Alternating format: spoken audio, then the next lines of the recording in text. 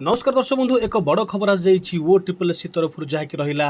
RI ARY ओ SFS तरफ result आज जाइए प्रिलिमिनारी किंतु गोटे बड़ कथा हूँ जेहेतु कंप्लेन होता 7 ରୁ 8 मास धरिकी पिला माने वेट करते कंप्लेन होता जेहेतु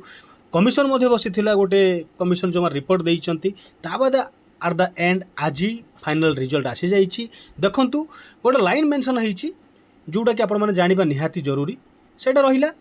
कि जो माने 20 ରୁ सेप्टेम्बर 8 मध्य एग्जाम अटेंड करते समस्त को मेन एग्जाम अपेयर करने सुजोग दि जाऊँगी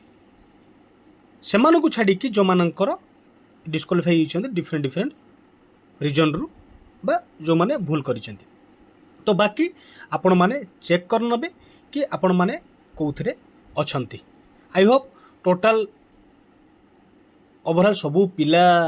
क्वालिफाई करिसेंती आपण मान रोल नंबर भी जानि पारे जेमति कि देखंतु 42 44 ता माने 43 पिला एब्सेंट थिला सही भली तो आपण माने चेक करंतु समस्त को ऑल द बेस्ट अति कम दिन भितरे आपण मानकर मेन पाई मध्ये आसी जीवो नोटिस आपण मेन्स भलरे दियंतु जेहेतु बहुत पिला अप्लाई करथिले बहुत टफ कंपटीशन मेन को जीवा जेते खुशी ताडो बड़ जिन सब आपण प्रिपरेशन आपण प्रिपरेशन ही आपण को